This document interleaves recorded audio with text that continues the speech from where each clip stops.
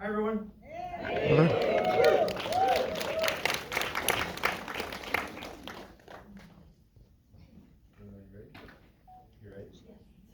You ready? Hey, a little really?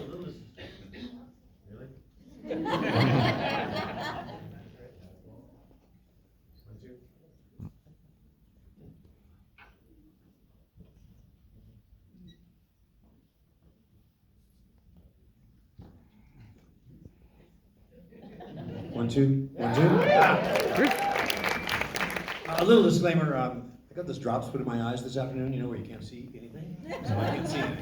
So we'll see how this goes. But anyway, hi everyone, I'm David Foster, and I'm very excited to be here tonight for this celebration of the music from Only Murders in the Building. The performance you just heard, amazing by the way, was a selection of the score, as Sid said, performed by Carol and Simon J. and Sid on vocals. And it was really amazing. Thank you guys so much. I think we're doing Home Depot buckets. Never thought I'd be saying that. Let's introduce our panel, shall we? And this is a little bit lengthy, but I want to get it all in because it's important. Songwriter and composer for the Broadway musical A Strange Loop, and a Tony and Pulitzer Prize winner, Michael R. Jackson. Where are you, Michael?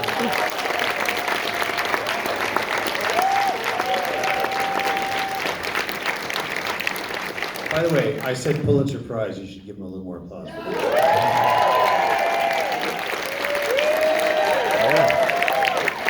Songwriter and composer for the Broadway musical Hairspray, TV series Smash, Tony, Grammy, Emmy. This guy has done it all. I love him. Marc Shaiman. Welcome.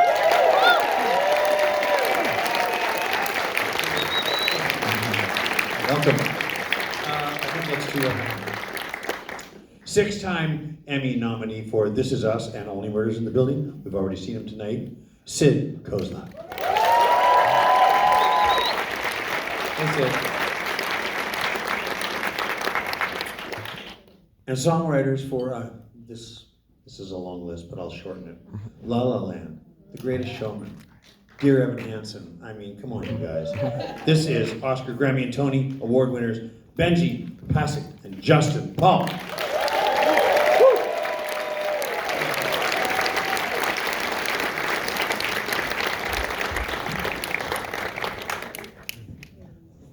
So, wait, guys, David Foster. Come on. Blind David Foster. So we're going to start with you, Sid. I did a little research on you, and it wasn't good. No, that mic. We need to fix that mic for Justin. Or are we going to share? Drama.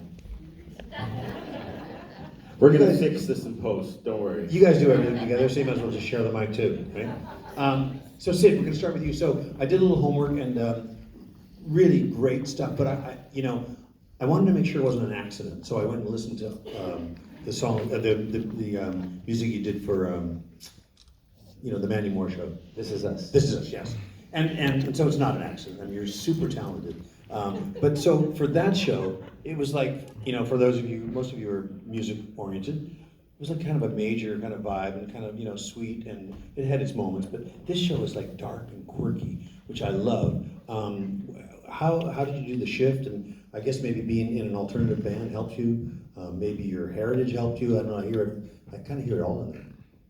Wow, that's a huge compliment coming from you, so thank you. Which part?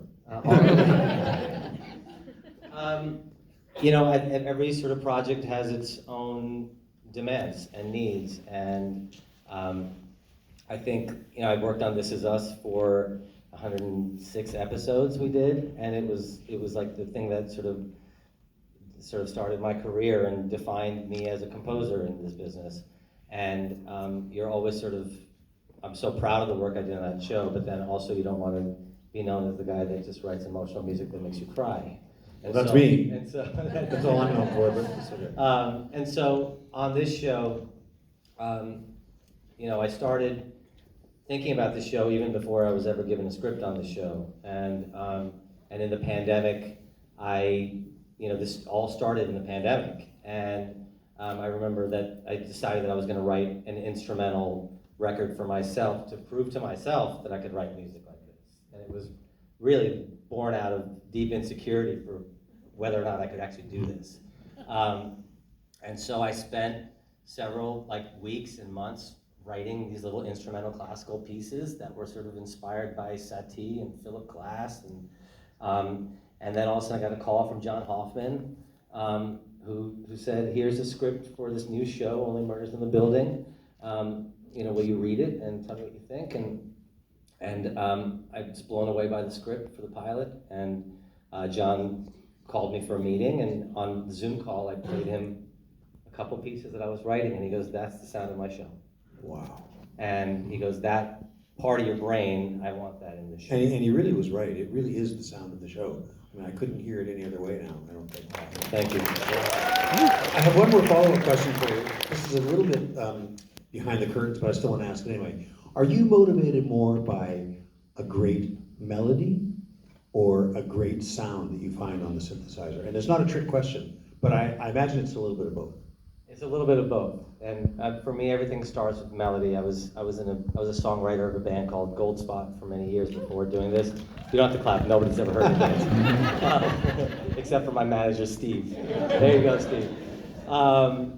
So for me, everything starts with melody, and even this one, it was the da da da da da da da da. And speaking of heritage, that's a very Indian-sounding melody.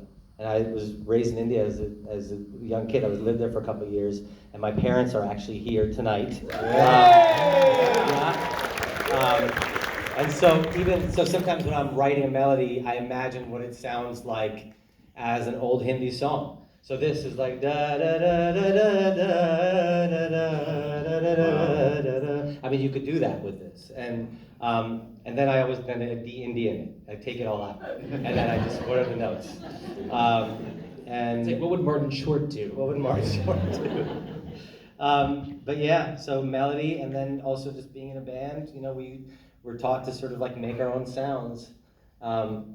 And not rely on MIDI keyboards to just give us the sound of everything. And so, you're in the studio for months trying to make your own sounds. And so I'm a stickler for how things sound as well.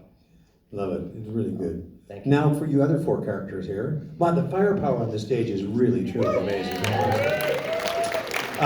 So for Michael and Marc, and this paper says this is a question for the four of you, and this we'll each give you your time, but the show, did any of you know about the show before you were asked to write songs for it? Did the show inspire your songs? Did you go off the deep end? How did you get to the point where you're writing these really incredible songs for it?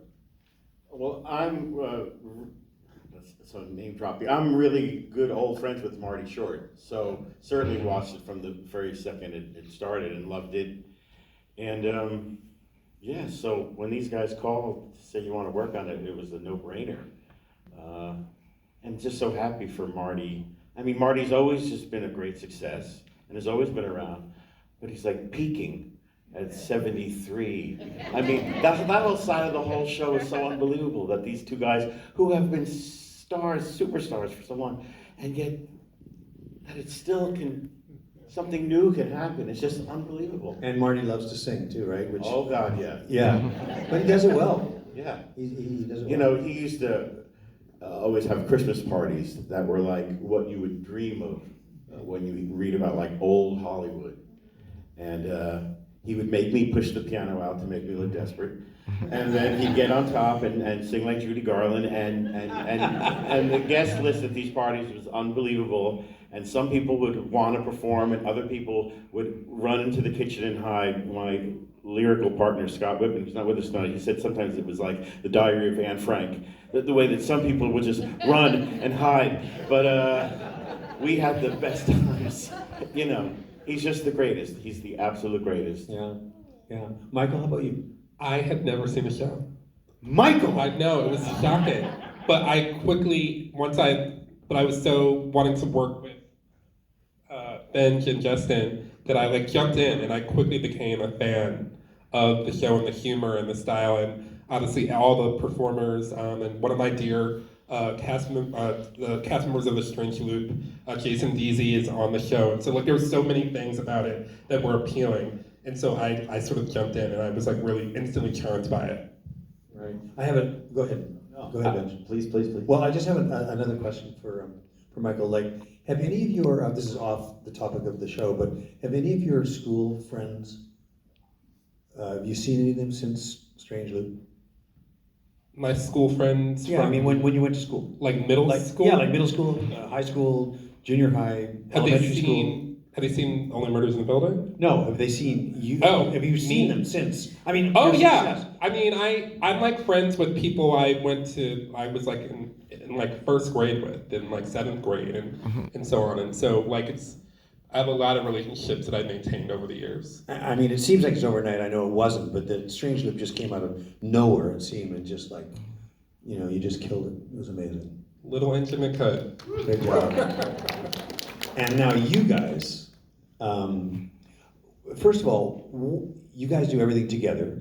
Just the two of you. You can handle everything. What's it like when a third, either Marc or Michael, come in? Like, how do you divide up the workload when you both can do the music and lyrics, and now here comes a third person? No offense. Yeah, no, you're not wrong.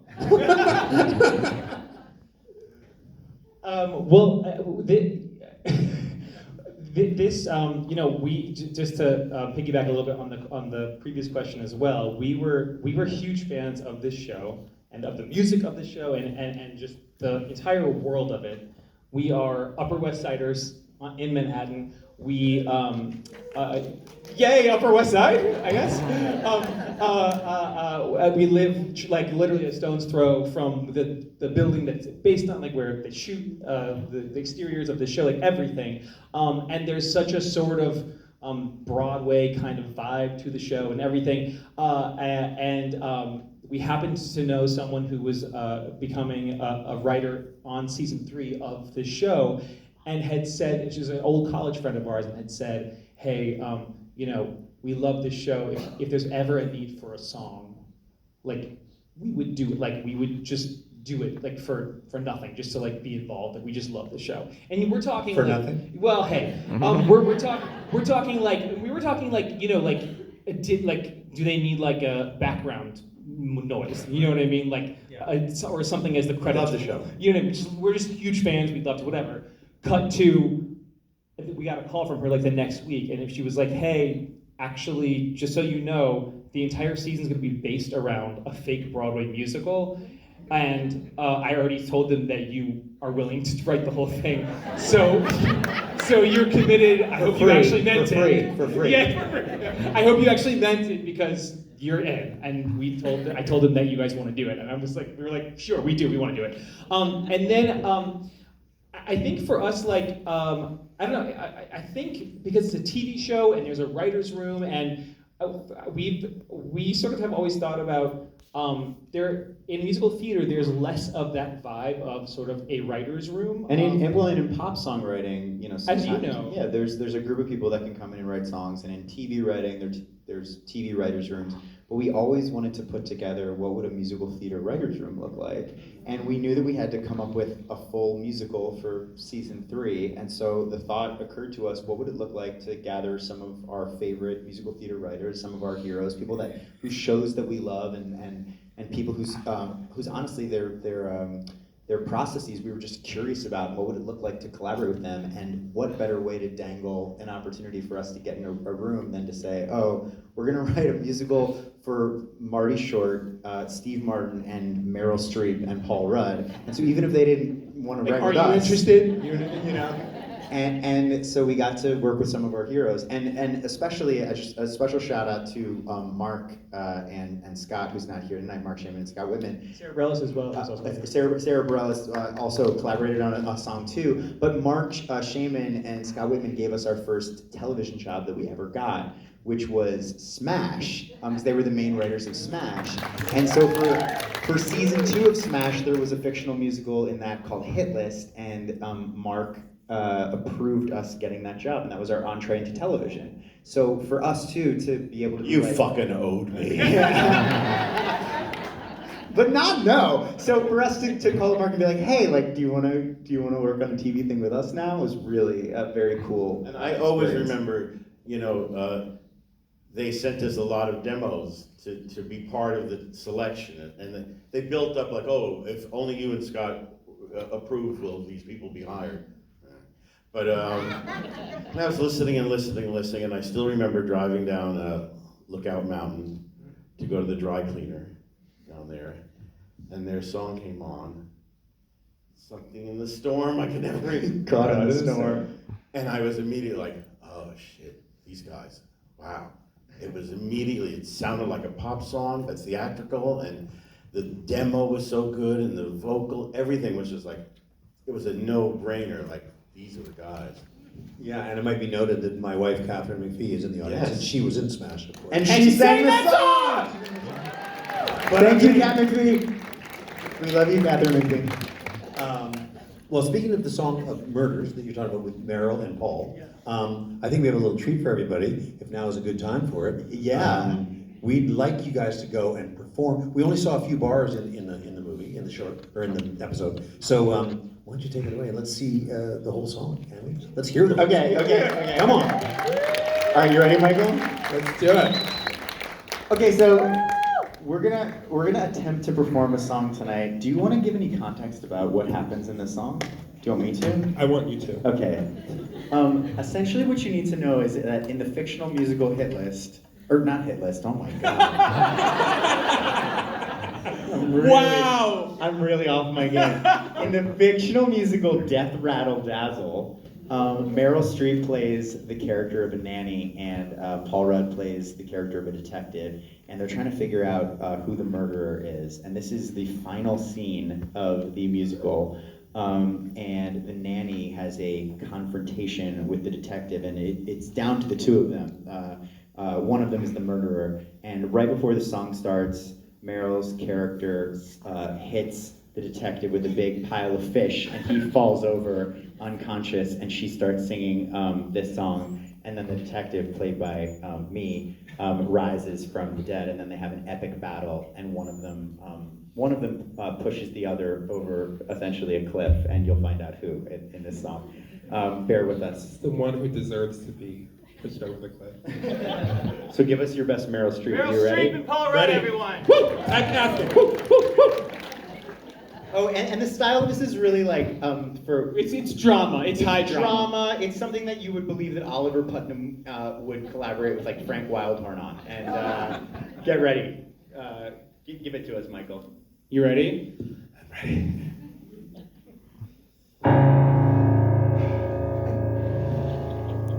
A nanny's only duty is to the children, to keep them swaddled in the safety of her care. With a fierce and iron will, she would fight and she would kill. If she's provoked, she'll be provoked, and you just woke up, Mama Bear. A nanny keeps her patience under pressure. You'll never stop me, nanny. Forceful and resourceful as can be. Don't make me laugh. No matter what you might throw toward her, she keeps the goddamn house in order. I'm gonna get those kids. Then you'll have to go through me.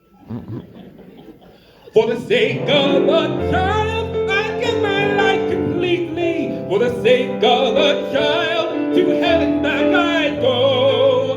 No, I won't bend, no, I won't break. There are precious lives at stake.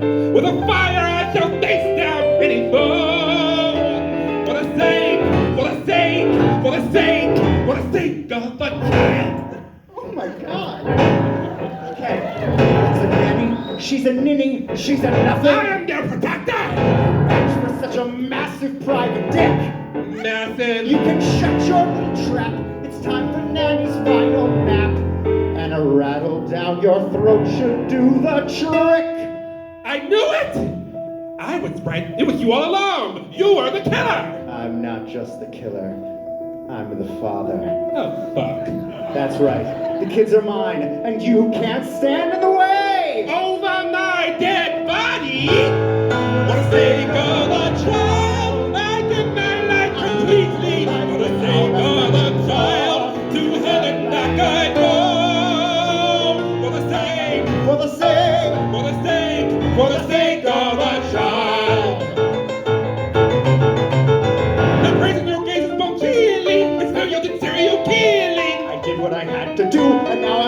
to do it to you. See, you're just a baby but wiper, disposable just like a diaper. Not my protect. I'm not going to object. It's me who they need. They grew from my seed.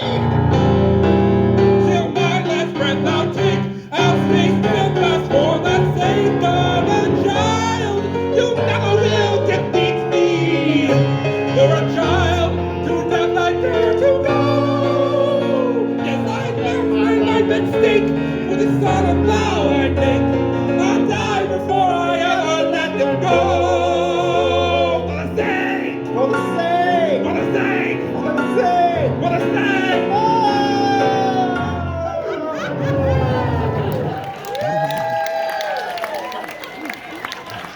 For the sake of a child.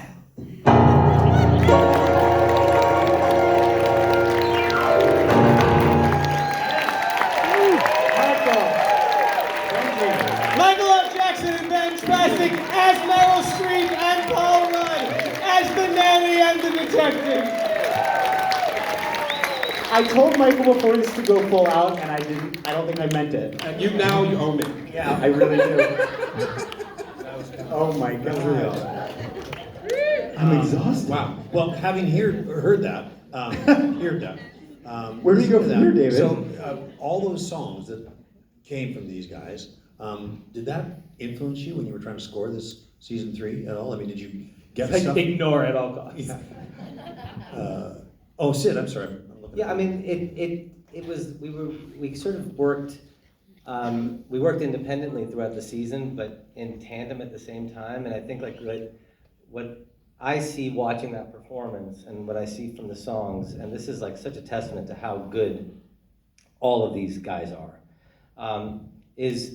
and what makes this show special too, is that everything is steeped in authenticity. Like this sounds like it's coming from the brain of Oliver Putnam. And that's a very difficult thing to do. And I think for me in the score, this is a comedy, but it's also a drama. It's about 3 disparate souls that live in an apartment building in New York. It's about loneliness in New York. It's about this idea that we live within, we live this close to people on our floors in New York City in these buildings, but we don't know them.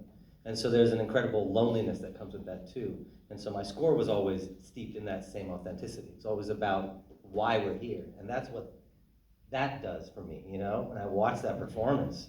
And then Pickwick's as well, it's like the fact that you guys were able to tap into the mind of Oliver Putnam is what's really, really impressive. Well, So and that's the relationship that we share together in our approach. Well, I think for us, jumping into writing the songs, I think our goal was to not disrupt the sound of the show and sort of like the harmonic palette that was already existing. And I think the Lullaby was the first song that we wrote, and then maybe Creatures of the Night, which is another song that I think you heard a little bit of tonight, which I think sort of exist. They sort of like bridge from some of the main themes in the score. I think they feel like cousins in a way, harmonically, and I think that was sort of like, there is a special, beautiful thing going that this show has, and it has a musical identity, and not that the score of Death Rattle Dazzle should sound like the score of Only Murders necessarily, but like, I don't want to do something that's a left turn completely from it. It wants to like take the ball and go somewhere else, but still feel like it bridges from it. Well, speaking of the triplet song, which I love, by the way, I think it's brilliant. Can you guys, along with Marc, sort of walk us through how that came about and how the 3 of you like stumbled on that or created it? Well, we knew, I think we knew the title. I mean, were we told that it should be which of the Pickwick triplets, or did you come in with that? I can't remember. But we knew it was a song about which triplet murdered their mother with a rattle. I mean, it was just an insane idea.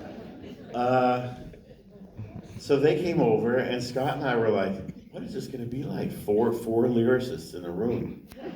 And Scott and I usually, when we start to write a song, I don't know if you're familiar with this feeling, but we usually stare at each other for 2 or 3 days. And the only thing that we sing out loud is, paralyzed with fear, paralyzed with fear. Let's order lunch. And then finally, like, a sentence comes, and then a more, But they came in with their energy, and they're very similar to Scott and I, except they're young and good looking. And we had an immediate just bond and chemistry, and we just laughed and gossiped, and then got to work. And I know we've all talked about it on the Google Doc. You know, you see someone else is typing, and you're like, what are they doing? And it was just so much fun. It was just about one of the best songwriting experiences I've ever had. Wow, that's so nice. Yeah, no, I think it was, you know, I said, and there's a lot of musicians and songwriters, composers, everything that are here tonight.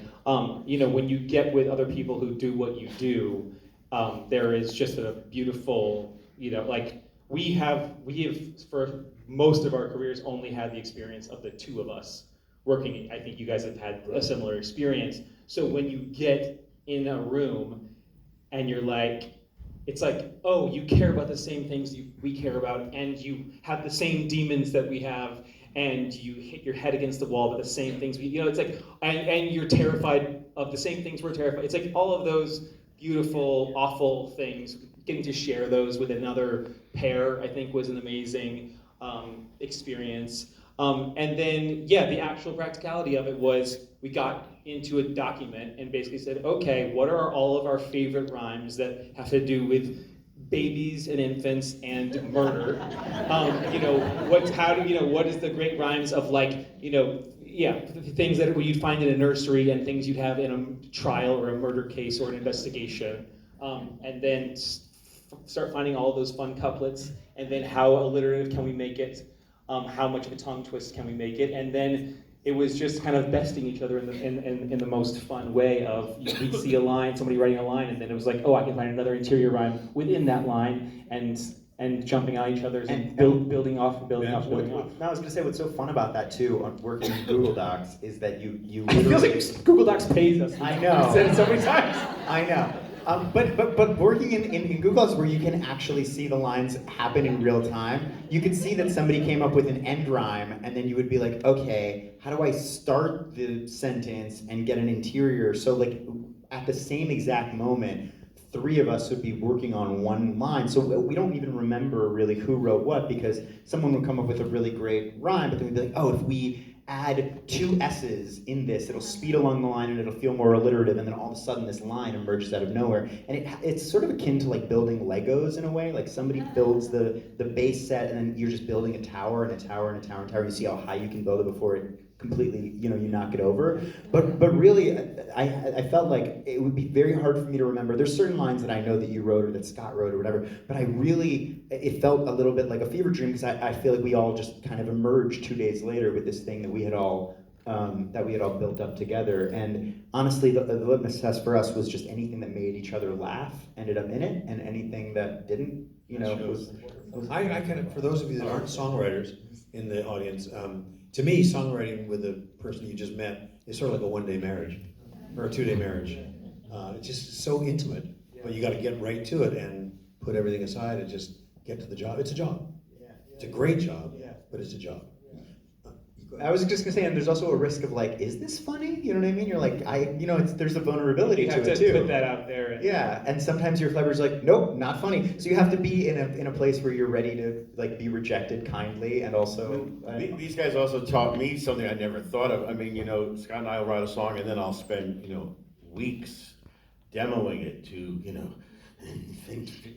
demoing it so that the demo is just. Your demos are amazing. They have been They are amazing. many years. But they were like, no, let's just video us singing. This was actually, we hadn't written the music really. We only had a couple of things. And we videoed ourselves, made a selfie video of the whole lyric with a couple of musical things in there, and our energy doing that, and just sent that off to John. I was like, oh my God, I want all those months and years. Who knew? I mean, luckily he loved what we sent him, but. Because when you think about it, it gives him more room to imagine what it could be like with, well, if it's this good with just the 4 bozos and a piano, how great is it going to be with a full orchestra or whatever? You know? That's the thing too with John Hoffman, and John Hoffman created the show with Steve Martin, and John has a brilliant mind and a crazy mind all together, and so there's really like and this is something that we all sort of we had in common in our experience working with John is that you can never go too far, right? He's like, just go far, go further, go further, go further, further. And so it creates this sort of environment for you to say the craziest shit in the world and then have it air on television. But that's the beauty of John, is that he really pushes all of us to just find our, the greatest part of our creative self. And creating characters where the most insane thing that you can think of is in line with what the character would do. I mean, that's the beauty of Oliver Putnam creating a wild and fantastical musical, because there was nothing that was off limits. Everything was extra, everything was too much. And so we got to really be as unfiltered as possible in the process. And on that note, working with Steve Marc, I mean, come on. I mean, Marc, you've no doubt worked with him before, right? Yeah, I did Saturday Night Live when I worked up there. We did an opening number once, sometime in the 80s. And then at one of those Marty Short Christmas parties, I kind of had a vision when we got together. I said, I know he can do this, because at one of Marty Short's Christmas parties, he got up in the middle of the living room and did the entire opening of The Music Man. What do you talk? What do you talk? Which is, like 8 characters. And he did the whole thing perfectly. He had that in his back pocket. I was astounded at how well he sang. And how, I mean, it was just... Well, I mean, he's a brilliant musician. I mean, his banjo playing, and then he wrote a musical, and he can really do anything. But then he acts like he doesn't, or he can't. He's so wonderfully humble about it. Yeah. I needed to ask him from one of my daughters for an autograph, like 25 years ago. And I went up to him, hey, the usual. And he didn't talk, he just pulled out a card and said, and he gave it to me, and it says, this is to certify that you have met Steve Martin and he's an affable guy. Anyway, about this song, I love this song. It really is so clever. All the songs are so clever. I think we have maybe a performance of this song. Do we have a performance? Yes. I think now's the time, buddy. All right, okay, this closes out the evening. This is the last one. I mean, no, we can stay and talk. I mean, I don't have anywhere to go. Okay. So, keep in mind that this is a very, we tried to write this to be as hard to perform as possible, so I don't know why we're now performing, so good luck to us. What one Steve Martin can do, we'll see if 3 of us can do. Oh dear. Paralyzed with fear. Everyone ready, or shall I? Hold on. He does not look at the sheets. It's in the binder. I got it. I'm good. Yes? Oh God.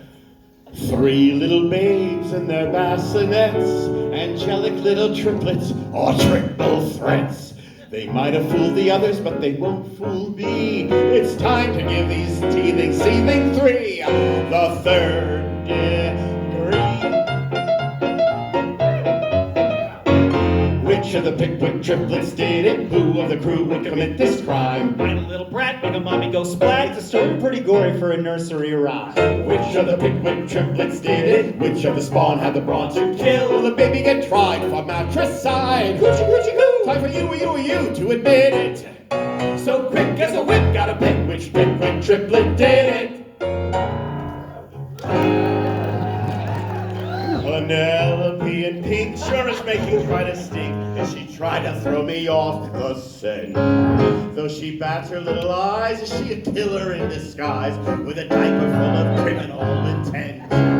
Greening Patrick is pernicious, with an appetite so vicious, he would bite the hand that feeds him with a sneer. But could that rotten tide be behind this evil plot? Baby stepping toward a murderous career. Howdy, little Paco's looking coy, but he's a bad, bad boy. Could Paco's passion prove apocalyptic? With his passy and his rattle, did this pisher go to battle, proving he's the perp amidst this Pickwick triptych? In this picaresque puzzle, a Pickwick pack with a lighthouse sheds some light on which kid gave old mom a whack. There's an infant to die. I'll book this little crook tonight. Which of the Pickwick triplets did it? Who of the crew would commit this crime? Which little brat made mommy go splat? Which crib? Which sim will be doing high time? Which of the Pickwick triplets did and the guts to kill. Like a forensic pediatrician, I'll complete this inquisition. I will name the neonatal from the cradle that proved fatal. I will find the perpetrator that did murder to their mater. Or coochie coochie coo. What if none of this is true? Has my inspection been too cursory? Should I look outside this nursery? What if none of the Pickwick triplets did it? Who'd have had a menacing motive and hit it? Who? Well, I pick you!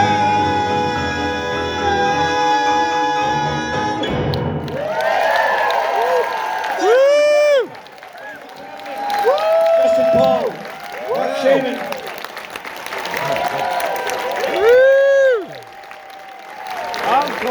Michael R. Jackson. And thank you, David Foster! Do we have to stop now? Sorry? Say again. Hey, you know what? You know what I'd love to do, guys? I know there's probably at least one or two burning questions for all of you geniuses. We thought we were done. Yeah. Take your seats. That was really. How amazing was really that? great. So, depressing how good you guys are. All right, so can we have a question? Right there in the third row, right? Center. Black. Yes.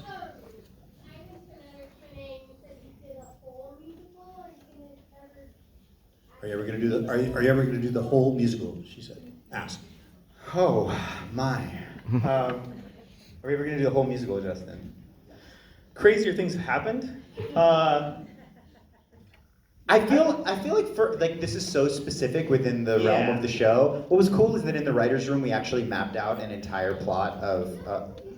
It's true. So we plotted a bunch of different songs, and 4 of them made their way into the show. But it's obviously so tied to the plot of Only Murders in the Building. So maybe It's fun to figure out a way for it to exist, but I feel like it always has to exist within the context somehow of, because it's sort of a bonkers, idea. Like there are definitely like things that we've written like Greatest Showman where you're like, oh, I could hear that song on the radio, but like I don't think that on, like Z100 you're gonna hear like which of the Pickwick triplets did it. I don't know. Unless Drake does it. Yeah, If it happens, they'll do it for free. Yeah, exactly. I'd like to drill down a little bit more. If any of you are fans of Strange Loop or if you've seen it, I'd love to know a little more about how. Do we have any questions for Michael about that show? Because it's. I do. Yes, go ahead. Well, so many contemporary theater writers like yourself seem obstinate about perfect rhymes. And so when I heard Strange Loop, because I heard the record first, I was just so bowled over. I was so moved. I mean, really, really moved by the fact that a show that couldn't be more contemporary, that you still held true to that craft of rhyming. And so God bless you. Thank you. Thank you. Oh my gosh. So the funny thing is, like, I came to musical theater sort of a little bit later in life. I was more like a singer-songwriter person who then started doing musical theater. But once I got into it, the craft of it like really appealed to me deeply. And then my first year at grad school, when I studied musical theater writing, I took a master class with Bill Finn, who does not mess around when it comes to perfect rhymes. So I feel like I sort of had like the perfect teacher to really sort of instill in me the importance of that, or at least what it can do in the context of musical theater in terms of advancing the story, clarifying ideas, making it so that the ear can really hear like jokes or poignant ideas or whatever, and it's just better. It's just better. What was the first moment that germ of an idea came to you? Or you just sort of had it your whole life? It came because I had started writing a monologue right after I graduated from undergrad. I was like not prepared for the real world like in any way. I was like, oh, it's like 2003 and I have a BFA in playwriting, go. And so I was sort of very anxious. I was living in the middle of nowhere in Jamaica, Queens, and I just started writing this monologue called Why I Can't Get Work. And then, because I was like looking for a job, and And then I went to musical theater school and I started writing songs, and the songs started to speak to the monologue, and then it just sort of began, the loop began there. So it was just like this totally organic idea that just sort of spun. I mean, it's Out of control. if you're not working, if you can't get work, creative. That's pretty much what I did. Agreed. Do we have any other, yes?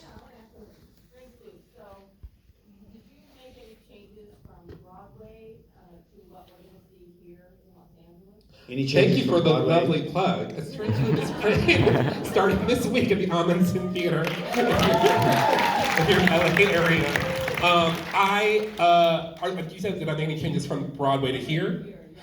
Yeah, so I made the joke at one of the little donor dinners that since I'm in Hollywood, I made some nips and tucks, which I did. I mean, nothing major, but like I made a few little this and that's. So if you like are a hardcore Strange Loop fan, you'll hear little thises and that's.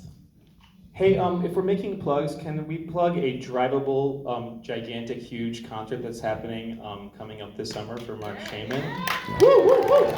Tell us the details, Marc Shaiman, go. July 3rd at the Rady Show in San Diego, I'm doing an evening with Marc Shaiman, which, if it really was an evening with Marc Shaiman, we would just watch Jeopardy and go to bed. But it's just like a retrospective of my career, which started almost 50 years ago with When Harry Met Sally and Beaches and all, and so an 80-piece orchestra. And luckily this theater is right there on the water. So if it doesn't go well, I'm just gonna go right to the Pacific. July 3rd. Yeah, July 3rd. Excellent. Come on down. All right. We got any questions in the back there? You in the back? If not, we're going to wrap it up and say thank you to everyone who came up tonight. What a great night. Thank you, David Foster. Thank you, David guys. David Foster. Yes, Sid. Foster. Justin. Thank you all for coming out. Thank you. Thank you so much.